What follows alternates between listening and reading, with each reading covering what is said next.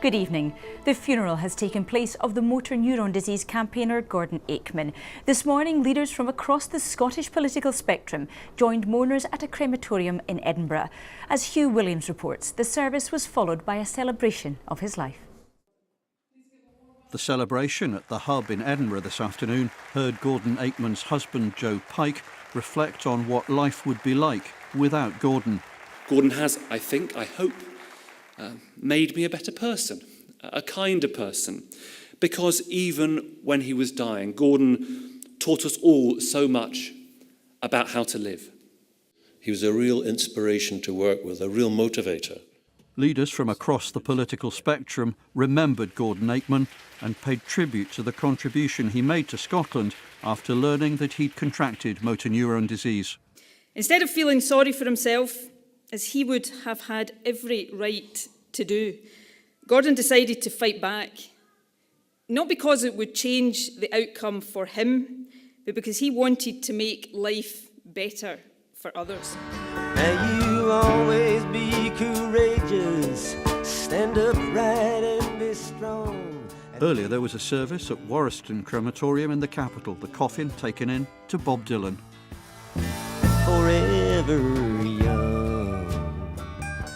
Gordon Aikman had been working on yet another speech the evening before he died, part of a campaign for MND patients, which saw him honoured in the Queen's Birthday Honours List in 2015 and awarded an honorary doctorate by the University of Edinburgh.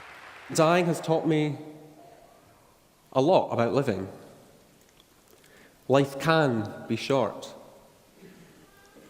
Cherish those you care about most, many of whom are here with us today. Be true to yourself and live your own life. And, if you can, fight to make things that little bit better for those that follow. A murder inquiry has begun after what police called a brutal attack on a man in his home in Glasgow. The 46-year-old's body was found by a friend in Castlemilk yesterday. ScotRail has paid out more than £2,000 a day to compensate passengers for disruption to train services. Figures obtained by the Scottish Conservatives showed the company handed out more than £587,000 from April to December last year. £135,000 was spent by the Scottish Government, intervening in the Supreme Court hearing on who had the power to trigger Article 50. The Scottish Government's legal team argued Holyrood should be consulted before the formal Brexit process began, a claim rejected by the 11 justices. The union that represents job centre workers has called on the UK Government to rethink planned closures. 8 out of 16 centres that serve Glasgow are to shut in just over a year's time. A further 16 are to close in Scotland. The Department of Work and Pensions says services are available in person, online or over the phone.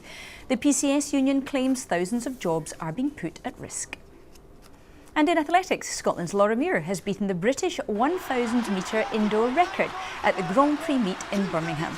Dame Kelly Holmes set the previous best time 13 years ago. And in football, Celtic have extended their lead at the top of the Premiership to 27 points by defeating Motherwell. Bottom side Inverness drew at Hearts. Now it's over to Christopher with the weather outlook for tonight and tomorrow. Suzanne, thank you very much indeed. Good evening to you. Some lovely spells of sunshine in the east and northeast today. In fact, we topped 14 degrees at 5E in Aberdeenshire. Tonight it remains mild, but the wet weather in the northwest edges its way southwards, touching the central lowlands for a time, but then clearing away. And it's a largely dry second half of the night, but once again mild, with temperatures in towns and cities around about 7 to 8 Celsius. Looking ahead towards tomorrow, well, it's another fairly cloudy day, largely dry. The best of any sunshine on offer through central and eastern Scotland, but then coming confined really towards the east coast. Further west, more in the way of cloud with some outbreaks of rain here later on, and quite murky conditions at times, particularly across western coasts and hills. Mild though, double digits for all, and indeed in the sunshine in the northeast, perhaps up to 13 degrees. Mild again on Monday. That's the forecast for now. And that's Reporting Scotland. Our next update is tomorrow evening at 10 to 6. Until then, from everyone here in Glasgow, enjoy the rest of your Saturday night. Goodbye.